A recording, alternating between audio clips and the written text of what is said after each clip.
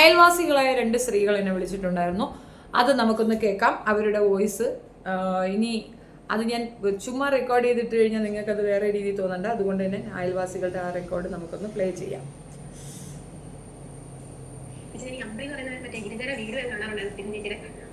Message അയച്ചേ. ഇവർ personally എനിക്ക് നല്ലോണം അറിയാവുന്നതാണ്. എൻ്റെ വീടും പത്തനാപുരം, സ്വന്തം വീട് ഇവിടെ അല്ല, എന്നെ കല്യാണം കഴിച്ചു കൊണ്ടുവന്നതാണ് ഇവിടെ. പക്ഷെ വന്ന നാൾ തൊട്ട് എനിക്ക് ഇവരെ പറ്റി നല്ലോണം അറിയാവുന്നതാണ്. ഇവര് സ്വഭാവം വെച്ചിട്ടാണെങ്കിലും അല്ലാതാണെങ്കിലും ഇവരാൾ ശരിയല്ല. ഫസ്റ്റില് ഇവര് ഈ മാരേജ് കഴിഞ്ഞ സമയത്ത് വീഡിയോ ഇടുമ്പോൾ എല്ലാവരും എല്ലാം അങ്ങനെ ഇങ്ങനെ എന്നൊക്കെ പറഞ്ഞ് നന്മമരം ആക്കി വെക്കുമ്പോൾ എല്ലാം നമ്മൾ പേഴ്സണലി ഇവിടെ ഉള്ളവരെല്ലാം പറയും എന്തെങ്കിലും ഒരു സത്യം തെളിഞ്ഞ് വരും, ഇത് വെളിയിൽ വരുമെന്നുണ്ടായിരുന്നു. ഇപ്പം ഓൾമോസ്റ്റ് പകുതി മുക്കാലും വെളിയിൽ വന്നിട്ടുണ്ട്. പിന്നെ ഇത് എവിടെ എന്തൊക്കെ വന്നാലും മാക്സിമം ആ കേസ് തെളിയിടം വരെ ചേച്ചി വീഡിയോ ഇടണം.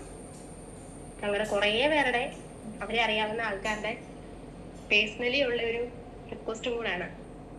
23-24 വയസ്സും കണ്ടുള്ള കൊച്ചിന് അത് അങ്ങനെ മോശമായിട്ടുള്ള ഇതൊന്നും പറയുന്നവരെ ഒരു 2013 2 ദിവസം മുമ്പ് ഒരു വീഡിയോ ഇട്ടേക്കുന്നതിനകത്ത് ഒരു വോയിസ് ഉണ്ടായിരുന്നു. അതിനകത്ത് മറ്റേ രാജേഷ് സുനിൽ എന്നൊക്കെ പറഞ്ഞൊരു മെസ്സേജ് ഇടുന്നുണ്ടായിരുന്നു.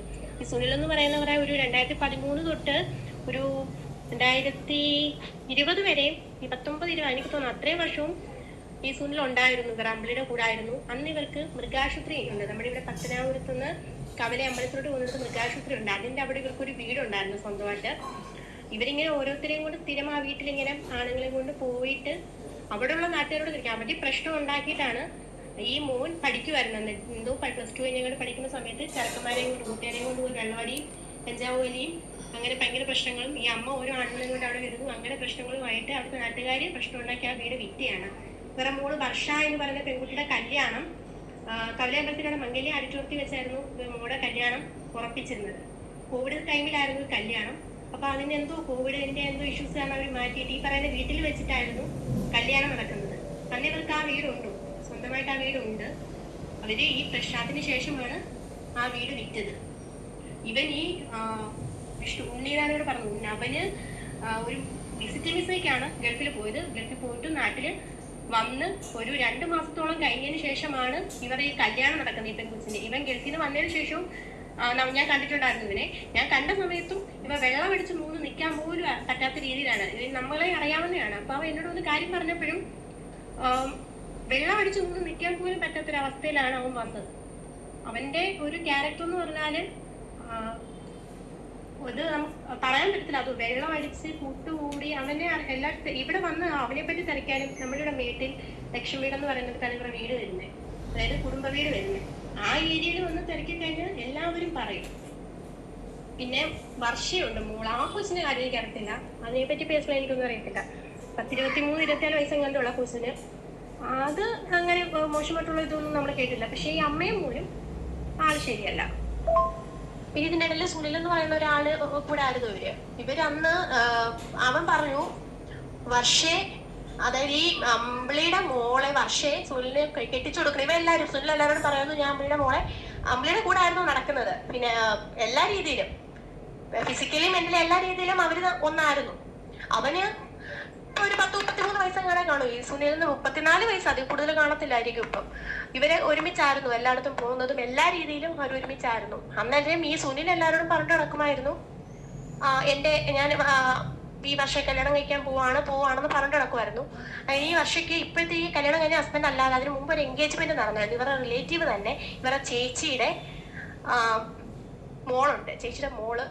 അതായത് ഇതിനകത്ത് ഈ വീഡിയോ ഒക്കെ പറയുന്നുണ്ട് ഇവരുടെ ചേച്ചിയുടെ കാര്യം. മല്ലികയുടെ മോളുടെ മരുമോന്റെ അനിയനോട്ട് എൻഗേജ്മെന്റ് കഴിഞ്ഞു. ഈ അമ്പിളിയുടെ സ്വഭാവം കൊണ്ട് തന്നെയാണ് അച്ഛനൊക്കെ വേണ്ടാന്ന് പറഞ്ഞ് ഇട്ടിട്ട് പോയതാണ്. എൻഗേജ്മെന്റ് കഴിഞ്ഞിട്ട് അവരെന്തൊക്കെയോ ഇതേത്തെ പ്രശ്നങ്ങൾ കാരണം വേണ്ടാന്ന് വെച്ച് പോയാണ്. അങ്ങനെ ആ ഫസ്റ്റ് എൻഗേജ്മെന്റിന്റെ സമയത്ത് സുനിലിന് ഭയങ്കര പ്രശ്നമായിരുന്നു. ഈ വർഷയെ സുനിലിനെ കെട്ടിച്ചു കൊടുക്കണമെന്നുണ്ട്. അമ്പിളിയപ്പം പറഞ്ഞു മോളെ കെട്ടിച്ചു കൊടുക്കില്ല എന്ന് പറഞ്ഞാൽ അങ്ങനെ ഭയങ്കര പ്രശ്നമായി. അങ്ങനെ അവിടെ തന്നെ ഒരു രമ്യ എന്ന് പറയുന്ന ഒരു പെൺകുട്ടിയായിട്ട് അവരെ കെട്ടിച്ചു കൊടുക്കാം എന്നൊക്കെ പറഞ്ഞു. ആ കുട്ടിക്ക് 18 വയസ്സുള്ളായിരുന്നു. ഈ രമ്യ എന്ന് പറയുന്ന കുട്ടിക്ക് 18 വയസ്സുള്ളായിരുന്നു. അങ്ങനെ ഈ അമ്പിളി തന്നെയാണ് കല്യാണം. പെൺകുട്ടിയുടെ വീട്ടുകാർ സമ്മതിച്ചില്ല. അങ്ങനെ ഈ പെൺകുട്ടി ആ പയ്യനും തമ്മിൽ ഒരു ലൈൻ സെറ്റാക്കി കൊടുത്തിട്ട് അവസാനം ആ പെൺകുട്ടിയെ എല്ലാം പറഞ്ഞു ഇവന്റെ കൂടെ ഇറക്കി വിടുവാണ് ചെയ്തത്. കല്യാണമൊട്ടും അല്ല, കുട്ടി 18 വയസ്സ് കഴിഞ്ഞു കുട്ടിയെ വീട്ടിൽ വിട്ടു ഒരാഴ്ച കഴിഞ്ഞപ്പം ഇവന്റെ കൂടെ അവൾ ഇറങ്ങിപ്പോയിരുന്നു ഈ സുനിലിന്റെ കൂടെ. കാരണം സുനിലിന്റെ എങ്ങനെയെങ്കിലും അമ്മയ്ക്ക് തലയിൽ ഒഴിച്ചു വിടണമായിരുന്നു. അതിന് വേണ്ടിയിട്ട് രമ്യ അതിനകത്ത് ഇരയാക്കി ചെയ്തേ. രമ്യക്ക് ഇപ്പൊ എനിക്ക് തോന്നുന്നു 22-23 വയസ്സെങ്ങാണ്, 22-23 വയസ്സ് കാണുമായിരിക്കും. ആ കുട്ടിക്ക് ഇപ്പൊ 2 കുട്ടികളുണ്ട്. ഈ സുനിലെന്ന് പറയുന്ന ആ വ്യക്തിയും ഈ കുട്ടിയും തമ്മിൽ ഭയങ്കര പ്രശ്നമാണ്. സംശയം, അടി, ബഹളം, അങ്ങനെ ഭയങ്കര എല്ലാ രീതിയിലും ഡിവോഴ്സിന്റെ വക്കിൽ വരെ എത്തിയതാണ്. അവിടെ നിൽക്കുന്ന ഓരോ കുട്ടികൾക്കും ഈ രമ്യയോട് തിരക്കി കഴിഞ്ഞാൽ അമ്പളിയെ പറ്റി പറയാൻ ഇഷ്ടംപോലെ കാര്യങ്ങളാണ്. അവിടെ നിന്നിട്ടുള്ള എല്ലാ കുട്ടികൾക്കും ഇവരെ പറ്റി പറയാൻ 100 കാര്യങ്ങളുണ്ട്. ഒരിക്കലും ഒരു കുട്ടി പോലും നല്ല അഭിപ്രായം പറയത്തില്ല. അതാണ് സത്യം. കുട്ടികളെ, അവിടെ നിൽക്കുന്ന കുട്ടികളെ മെന്റലി ഫിസിക്കലി അവർ നല്ലപോലെ ഉപദ്രവിക്കാറുണ്ട് എല്ലാ രീതിയിലും. എവിടേക്കോ പോയി ആദരവ് അതും ഇതൊക്കെ കാണുമ്പം. അതുപോലെ ഈ അമ്പിളിക്ക് ഇതാണ് ജോലി. മരുമോന് പ്രത്യേകിച്ച് ഒരു ജോലിയില്ല, മോക്കൊരു ജോലിയില്ല, മോനൊരു ജോലിയില്ല. എല്ലാവരും ഇവിടെ തന്നെ ഇതിന്റെ പാവപ്പെട്ട കുട്ടികൾക്കും അമ്മമാർക്കും ഡൊണേറ്റ് ചെയ്യുന്ന ജനങ്ങൾ കൊടുക്കുന്നതിൽ നിന്ന് ഒരു പങ്ക് പറ്റിയാണ് ഇവർ ജീവിക്കുന്നത്. ഓക്കെ, ആയിക്കോട്ടെ. പക്ഷെ അതിന്റെ ഒരു അംശം, ഒരു 100-1 അംശം പോലും അവിടെ താമസിക്കുന്ന അന്തേവാസികൾക്ക് എത്തുന്നില്ല. ഫുഡ് പോലും നല്ലോണം കിട്ടുന്നില്ല. ഈ 2 ദിവസം മുമ്പ് മറ്റേ വീഡിയോയ്ക്കകത്ത് ഫുഡിന്റെ കാര്യം മറ്റേ സന്ധ്യ പല്ലവി എന്ന് പറഞ്ഞ ചേച്ചി ഒരു കമന്റ് ഇട്ടിട്ടുണ്ട്. അതൊക്കെ സത്യസന്ധമായിട്ടുള്ള കാര്യങ്ങളാണ്. കാരണം അവിടെ ഫുഡ്, അവിടെ ജോലി ഉണ്ടായിരുന്നു, ബിൽഡിംഗ് ജോലിക്ക് പോകുന്ന ആൾക്കാരുണ്ട്, അവിടെ സ്ഥിരം പോകുന്ന ആൾക്കാരുണ്ടായിരുന്നു. ഇപ്പൊ അവരല്ല, നേരത്തെ സ്ഥിരം അവിടെ എന്ത് ബിൽഡിങ്ങിന്റെ എന്ത് ഗേറ്റ് ആയിട്ടാണ്, ഊഞ്ഞാല്, അങ്ങനത്തെ മേലത്തെ റൂഫിംഗ് വർക്ക്, അങ്ങനെ സ്ഥിരം പോകുന്ന ആൾക്കാരുണ്ടായിരുന്നു അവിടെ. പൊക്കോണ്ടിരുന്ന ആൾക്കാർക്ക് അവര് ഫുഡ് കൊണ്ടുവരാൻ പറയും, ഇവിടുന്ന് കഴിക്കൂന്ന് പറഞ്ഞു. അങ്ങനെ ഒരു ദിവസം അവർ ഫുഡ് കഴിച്ചിട്ട് അവര് വന്ന് പറഞ്ഞതാണ്, അവിടെ വെക്കുന്ന ചോറ് റേഷനരി വീട്ടിൽ ഉണ്ടാക്കുന്ന പിന്നെ ഭേദമാണ്, കഞ്ഞിയാണോ ചോറാണോ എന്ന് പോലും അറിയാൻ വയ്യാത്ത അവസ്ഥയാണ്. ഒരു ദിവസം അവിടുന്ന് ഫുഡ് കഴിച്ചില്ല, കൈയിട്ട് ഇളക്കിയിട്ട് അവരത് വെച്ചിട്ട് പോരുന്നു. 2 ദിവസം ലൂസ് മോഷനായിട്ട് ഹോസ്പിറ്റലിലായിരുന്നു എന്ന് അവര് പറഞ്ഞിട്ടുണ്ട്. ഇവിടെ ബിൽഡിങ്ങിന്റെ ജോലിക്ക് സ്ഥിരം പൊക്കോണ്ടിരുന്ന ആൾക്കാരാണ്. അവര് പറഞ്ഞ പിറ്റേന്ന് അവര് വീട്ടിൽ ഫുഡ് കൊണ്ടുപോയപ്പോ പിന്നെ അമ്പിളി ചോദിച്ചു, നിങ്ങൾ എന്തിനാണ് കൊണ്ടുവരുന്നത്, ഇവിടെ നിന്ന് തെറ്റില്ലേന്ന് ചോദിച്ചപ്പോ പറഞ്ഞു, എന്റെ ചേച്ചി ഇത് മനുഷ്യര് പട്ടി കഴിക്കുവോ ചേച്ചി ഈ ചോറെന്ന് ചോദിച്ചു. അയ്യോ, അത് ഇവിടുത്തെ അമ്മമാർക്കും പിള്ളേർക്കും കൊടുക്കുന്ന ചോറ്, ഞങ്ങൾക്ക് വെക്കാൻ വേറെ ഫുഡുണ്ട്, അത് തരാനാ ഞാൻ ആ കൊച്ചിനോട് പറഞ്ഞ. കൊച്ചു അറിയാതെ ചെയ്തിരിക്കും, നാളെ തൊട്ട് കൊണ്ടുവരണ്ട, ഞങ്ങൾക്ക് വേറെ ഫുഡ് വെക്കുന്നുണ്ട്, അത് നിങ്ങൾക്ക് തരാണ്. അപ്പൊ അവർക്ക് കഴിക്കാൻ വേറെ ഫുഡും കുട്ടികൾക്കും അമ്മമാർക്കും കഴിക്കാൻ വേറെ ഫുഡും. ഇതാണ് അവിടുത്തെ ഒരു രീതിയിലാണ് അവർ കഴിക്കും. നല്ല രീതിയിൽ ഫുഡ് കഴിക്കുന്ന പറയുമ്പോൾ ഈ പറഞ്ഞ ബർത്ത്ഡേ ഫംഗ്ഷൻ അല്ലെങ്കിൽ അമ്മമാര് ഈ മരിച്ച ആണ്ട് അങ്ങനത്തെ സംഭവങ്ങളൊക്കെ എന്തെങ്കിലുമൊക്കെ ഫംഗ്ഷൻസ് നടത്തുമ്പോഴാണ് അവിടെ നല്ലോണം ഒരു ഫുഡ് കഴിക്കുന്നത്. പിന്നെ ആരും ഇവരെ പേടിച്ചിട്ട് അല്ലെങ്കിൽ എന്തെങ്കിലും പ്രശ്നമാവൂന്ന് ഓർത്തിട്ടാണ് ഈ പറഞ്ഞ ഞാൻ പോലും എനിക്കിതൊക്കെ പറയണമെന്നുണ്ട്. ഇവരുടെ എല്ലാ കാര്യം A to Z പകുതി കാര്യങ്ങളും നമുക്കറിയാം. പക്ഷെ നമുക്കും പേടിയാണ്. കാരണം നമുക്ക് ഒരു ഫാമിലി ഉണ്ട്, നമ്മളെന്തെങ്കിലും പറഞ്ഞ സാർ നമുക്ക് ഇത് തലവേദന ആവൂലോ എന്ന് വെച്ചാൽ ഫസ്റ്റ് ഇവർ കല്യാണം നടന്നപ്പോഴേ നമ്മൾ പറഞ്ഞു ഇതിന്റെ പുറകിൽ എന്തോ വലിയ ചതിയുണ്ട്. കാരണം ഇവന് വേറൊരു അഫയർ ഉണ്ടായിരുന്നു പണ്ട്. ഈ അമ്പിളി അത് മുടക്കി വിട്ടതാ. അമ്പിളി എന്ന് പറയുന്നത് ഗിരിജയുടെ പേരാണേ. ഈ കരുണേഫലി തന്നെ ഏതൊരു കൊച്ചായിട്ട് പിന്നെ അഫയർ ആയിരുന്നു. ഇപ്പൊ ഈ കൊച്ചിനെ ഇവര് പറഞ്ഞു, എന്റെ മോനെ ഞാൻ നല്ല സ്ത്രീധനം വാങ്ങിച്ച് കെട്ടിച്ചു വിടത്തോളൂ എന്ന് തമാശ രീതിയിലാണെങ്കിലും കാര്യമായിട്ടാണെങ്കിലും എപ്പോഴും പറഞ്ഞു നടക്കുന്നവരാ. ഇപ്പൊ ഈ കുട്ടിയെ കെട്ടിച്ചിട്ടുണ്ടെങ്കിൽ ഇതിന് കുറെ എന്തോ വലിയൊരു ഇതുണ്ട് എന്ന് ഞങ്ങൾ അന്നേ പറഞ്ഞാണ്. കറക്റ്റ് ഡെലിവറി കഴിഞ്ഞപ്പോ ഞാൻ ഇവിടുന്ന് എല്ലാരും കണ്ടു. കറക്റ്റ് ആ ഡെലിവറിയുടെ വീഡിയോ അവർ ഇട്ടപ്പം നോട്ടിഫിക്കേഷൻ കണ്ടപ്പോ ഞാൻ കാൽക്കുലേറ്റ് ചെയ്തു, മാരേജ് കഴിഞ്ഞ സമയം തൊട്ട് അപ്പൊ കറക്റ്റ് 7 മാസം. ഞാൻ അന്നേരം ഇവിടെ പറഞ്ഞു. അത് കഴിഞ്ഞപ്പോഴാണ് ഓരോരുത്തരും ഇത് കുത്തിപ്പൊക്കൊണ്ട് വന്നേ. ഒരു രീതിയിൽ ഇവര് നല്ലതല്ല. പക്ഷെ മാക്സിമം ഇത് എന്ത് പറയുന്നേ, ഇവരുടെ കളത്തിന് ഒരു എന്ത് പറഞ്ഞ അവർ കുശുമ്പോ അങ്ങനെ പലരും വിചാരിക്കും നമുക്ക് അവരോട് അസൂയ കൊണ്ട് അങ്ങനെ ഇങ്ങനെയാണ്. പലരും ഇങ്ങനെ അങ്ങനെയാണ്, നന്മപരമാണ്, അമ്മയാണ്, സാധാരണ ഫോൺ തുറക്കൊക്കത്തില്ലായിരുന്നു ഇന്റർവ്യൂ കാരണം. അപ്പോഴെല്ലാം നമ്മൾ ഓർക്കും, ദൈവമേ എന്തെങ്കിലും ഇവരുടെ ഈ തനി സ്വഭാവം ഒന്ന് വെളിയിൽ വരണേന്ന്. ഇപ്പൊ ചേച്ചിയൊക്കെ വീഡിയോ ഇടുന്ന കാണുമ്പോൾ നമുക്ക് ദൈവമേ ഇത് ദൈവമായിട്ട് ചേച്ചിയെ പോലുള്ള ആൾക്കാരെ കൊണ്ടുവരുന്നതാണ്. കാരണം ഇത് ഇവര് ഇന്നൊന്നും തുടങ്ങിയതല്ല, പറ്റിക്കാൻ തുടങ്ങി. ഇനിയെങ്കിലും അതിനൊരു അവസാനം വേണം. ഓരോ ഈ കല്യാണം കഴിഞ്ഞപ്പോഴത്തേനും അവർക്ക് അവിടെ ഈ മറ്റേ വനിതാ വുമൻസ് ഡേയുടെ അന്നൊക്കെ എവിടേക്കോ പോയി ആദരവ് അതും ഇതൊക്കെ കാണുമ്പം ഉളുപ്പ് തോന്നുക. ഇവരുടെ സ്വഭാവം വെച്ച് ഇവർക്ക് ഏത് രീതിയിലാണ് ഇവർക്ക് ഇങ്ങനെ ആ ഒരു ആദരവ് കൊടുക്കേണ്ടത് ഓർത്തിട്ട് ഉളുപ്പ് തോന്നിയിട്ടുണ്ട്. എന്നും കമന്റ് ഇടണം, ഇതൊക്കെ കാണുമ്പോ നമുക്ക് കമന്റ് ഇടണം. അവരങ്ങനെയാണ് ഇങ്ങനെ നന്മമരമാക്കുമ്പോ കമന്റ് ഇടണമെന്നുണ്ട്. പക്ഷെ നമുക്കൊരു ഫാമിലി ഉണ്ടല്ലോ എന്ന് ഓർത്ത് പേടിച്ചിട്ട് മാത്രമാണ് നമ്മൾ ചെയ്യാതിരുന്നത്. കാരണം സ്വന്തം നാട്ടിൽ ഇവരൊക്കെ സ്വഭാവം അറിയും. പിന്നെ ഇവർക്ക് നല്ല രീതിയിൽ പിടിപാടുള്ള ആൾക്കാരാ. അത് ഏത് രീതി വേറെ രീതി പോയിട്ട് തന്നെയാണ് ആ പിടിപാടെന്ന് വേണമെങ്കിൽ നമുക്ക് പറയാം. കാരണം എല്ലാവരുമായിട്ട് നല്ല എന്താ പറയുന്നത് ഒരു കോണ്ടാക്ട് വർക്കുണ്ട്. അപ്പൊ നമുക്കത് നമ്മള് സാധാരണക്കാരാണ്, അപ്പൊ നമുക്കതൊരു പ്രശ്നമാവുമല്ലോ എന്നൊക്കെ ഓർത്ത് പേടിച്ചിട്ടാണ് ഇപ്പം ഞാൻ ചേച്ചിയുടെ നമ്പർ ഇതിൽ കിടക്കുന്നത് കണ്ടുകൊണ്ട് മാത്രം മെസ്സേജ് ഇട്ടേ. ഈ കുട്ടി പറഞ്ഞതിൽ വലിയൊരു കാര്യമുണ്ട്. കാരണം ഈ പയ്യൻ ഈ പെൺകുട്ടിയുമായിട്ട് ഇടപാട് നടത്തി ഗർഭിണി ആയതുകൊണ്ട് മാത്രമാണ് ഇതിനെ കെട്ടിച്ചത്. ഇതിന് മുമ്പുണ്ടായിരുന്ന ഒരു കുട്ടിയുമായിട്ട് ഇവന് അഫെയർ ഉണ്ടെന്നോ ആ കുട്ടി തന്നെ അത് പറഞ്ഞതായിട്ട് അവൾക്ക് അറിയാമെന്നാണ് അവൾ പറഞ്ഞിട്ടുള്ളത്. ആ കുട്ടിയുടെ ഞാൻ നമ്പർ എടുത്തിട്ടുണ്ട്. വരും ദിവസങ്ങളിൽ ആ കുട്ടിയോട് സംസാരിച്ചിട്ട് അങ്ങനെ എന്തെങ്കിലും ഉണ്ടെങ്കിൽ ഞാൻ പറയാം. പക്ഷെ ഒന്നും ഓർക്കുക, ആ കുട്ടി വിവാഹം കഴിഞ്ഞ 2 കുട്ടികളുമായി സ്വസ്ഥമായി കഴിയുന്ന ടൈമാണ് പറയണത്. ഇനി അറിയത്തില്ല അതെനിക്ക് ഇത് ഓപ്പൺ അപ്പ് ചെയ്യുമെന്ന്. കാരണം ആ കുട്ടി പറഞ്ഞാലേ ഇങ്ങനൊരു സംഭവം അവിടെ നടന്ന കാര്യം നമുക്കറിയാൻ പറ്റും. മറ്റ് പെൺകുട്ടികളെയും ഇവൻ അതിന് ഉപയോഗിച്ചിട്ടുണ്ട് എന്നുള്ള തെളിവ് ഓർത്ത് നോക്കി. ഇവളുടെ കയ്യിൽ ചാവി കൊണ്ട് കൊടുത്തിട്ട് ഗേറ്റ് തുറന്ന് എൻ്റെ മുറിയിലേക്ക് വരൂ എന്ന് പറയാൻ മാത്രം ധൈര്യം അവനുണ്ടെങ്കിൽ, അങ്ങനെ തുറന്ന് ഈ പെൺകുട്ടി വരുന്നത് ആരും കാണാതെ പോയെങ്കിൽ, അത് CCTV കിട്ടാതെ പോയെങ്കിൽ, അമ്മയും കൂടെ അറിഞ്ഞുകൊണ്ടുള്ള പരിപാടിയല്ലേ, അമ്മയും മകനും ചെയ്യുന്ന ചെയ്ത്തുകളൊക്കെ നാട്ടുകാർ ശ്രദ്ധിക്കുന്നുണ്ടായിരുന്നു എന്നുള്ള തെളിവാണ്.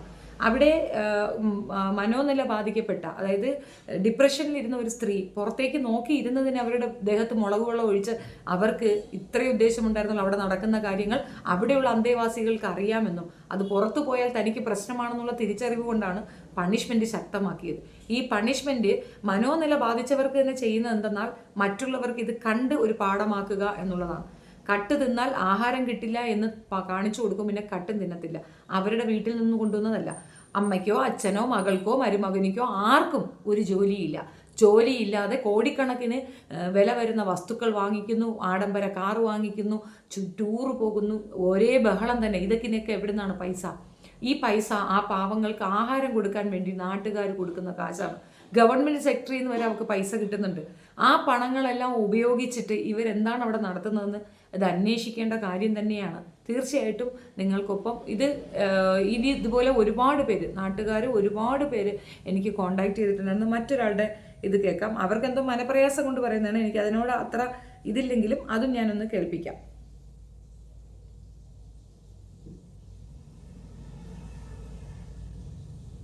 ആരുടെ നമ്പർ ഇല്ല എൻ്റെ കയ്യില്. ഹലോ, സാറേ നമസ്കാരം.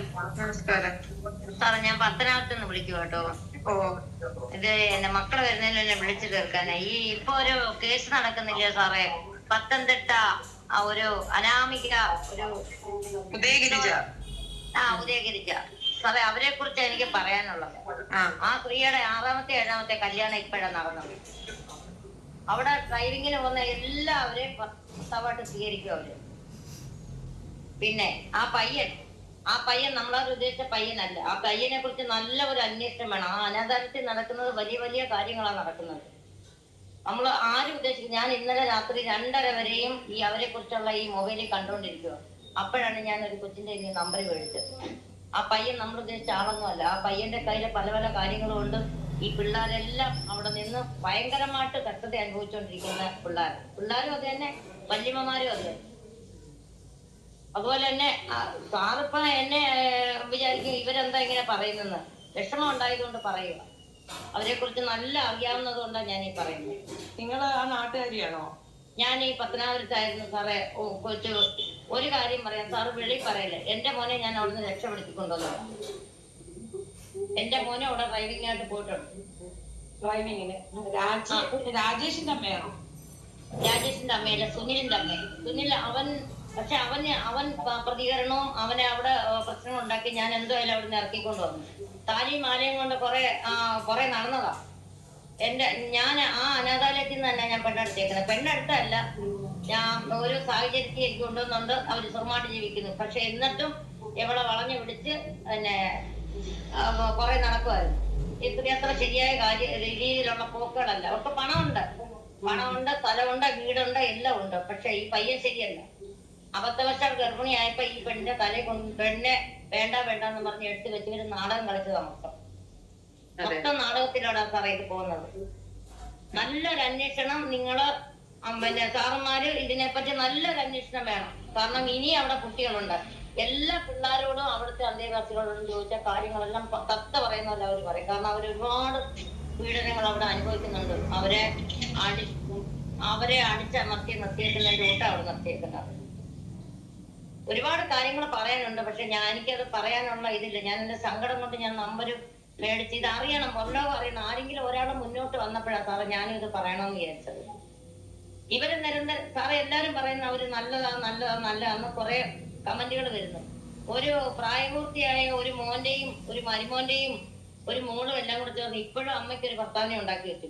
ഒരു ഭർത്താവ് തൂങ്ങി മരിച്ചു, സ്വന്തം ഭർത്താവിനെ കുത്തിക്കൊന്നു. ഇത് എത്രാമത്തെ ഭർത്താക്കന്മാരായി നിൽക്കുന്നത്? അതിനെ സാക്ഷിയായിട്ട് ഒരു മോനും, ആ മോന് തെറ്റിന് ശരിയായിട്ട് നിന്ന അമ്മയ്ക്കല്ല ഈ മക്കൾ കൂട്ടി നിൽക്കത്തുള്ളൂ. കുടുംബത്തിൽ നടക്കുന്ന കാര്യങ്ങളാണോ സാറേ ഈ നടക്കുന്നത്? ഹലോ, കേക്കാം, ഞാൻ കേൾക്കുന്നുണ്ട്. പിന്നെ അതുപോലെ രാജേഷ്, അവൻ മനുഷ്യത്വമുള്ളവനും നല്ലവനുമായിരുന്നു. അവനെ ഉള്ളായിരുന്നു അവിടെ നല്ല ഒരു മനുഷ്യൻ. അവനെ അടിച്ചോടിച്ച് അവിടുന്ന് വിട്ടു. അവന്റെ ജീവിതമേ തകർത്ത് വിട്ടു ആ രാജേഷ് എന്ന് പറഞ്ഞത്. ഇപ്പൊ വന്ന് നിൽക്കുന്ന ഭർത്താവിന്റെ ഫോട്ടോക്കാർ കണ്ടോ? ഇല്ല, കണ്ടിരുന്നോ? ഈ രാജേഷ് എന്ന് പറയുന്ന ആള് ഭർത്താവായിരുന്നോ? ഭർത്താവല്ലായിരുന്നു. അതും ഭർത്താവായിട്ട് അവള് രണ്ടാമത് ഈ ഭർത്താവ് മരിക്കുന്നതിന് മുന്നേ, അതായത് ഇവിടെ ഭർത്താവിനെ കുത്തിക്കൊല്ലുന്നതിന് മുന്നേ ഇവര് നമ്മൾ ബന്ധം ഉണ്ടായിരുന്നു. ബന്ധം ഇവക്കാരായാലും മതിയല്ലോ. അങ്ങനെ അവനെ വേറെ ആരണ്ടാ കുത്തിക്കൊന്നത് രാജേഷിന്റെ കൂടുതൽ. അവൻ നല്ല ഇറക്കനായിരുന്നു രാജേഷ്. അവനെ കുറിച്ച് നല്ല അഭിപ്രായം എല്ലാരും പറയുന്നത്. ഞാൻ പറയുന്നത് നല്ല അഭിപ്രായത്തിൽ കൂടെ അവന്റെ ഇന്ന് അവൻ കോട്ടയത്തോ വേറെ തന്നെ ജോലിക്ക് പോകും. അവിടുന്ന് അവനെ ഓരോരുത്തരെ കൊണ്ടുവന്ന് ഇവന്റെ മുന്നിൽ വന്ന് നാടകം കളിക്കുമ്പോ അവൻ ജീവനം കൊണ്ട് അവിടുന്ന് പോകും. അത് കഴിഞ്ഞ് എത്ര എണ്ണമായി. ഇപ്പൊ ആദങ്കോട്ട്, പത്തനാപുരം കുണ്ടയം ആദങ്കോട് എന്ന് പറഞ്ഞ സ്ഥലത്തു നിന്നാണ് ഈ പറഞ്ഞവന് എത്ര പെണ്ണുങ്ങളുണ്ടായിരുന്നു. അവനെ ഇപ്പം നാടകീയമായിട്ട് കല്യാണം കഴിച്ച് വെച്ചേക്കുന്നത്. അല്ല, അമ്മ അത് തന്നെ, മോനും അത് തന്നെ, മോളും അത് തന്നെ, എല്ലാം അത് തന്നെ.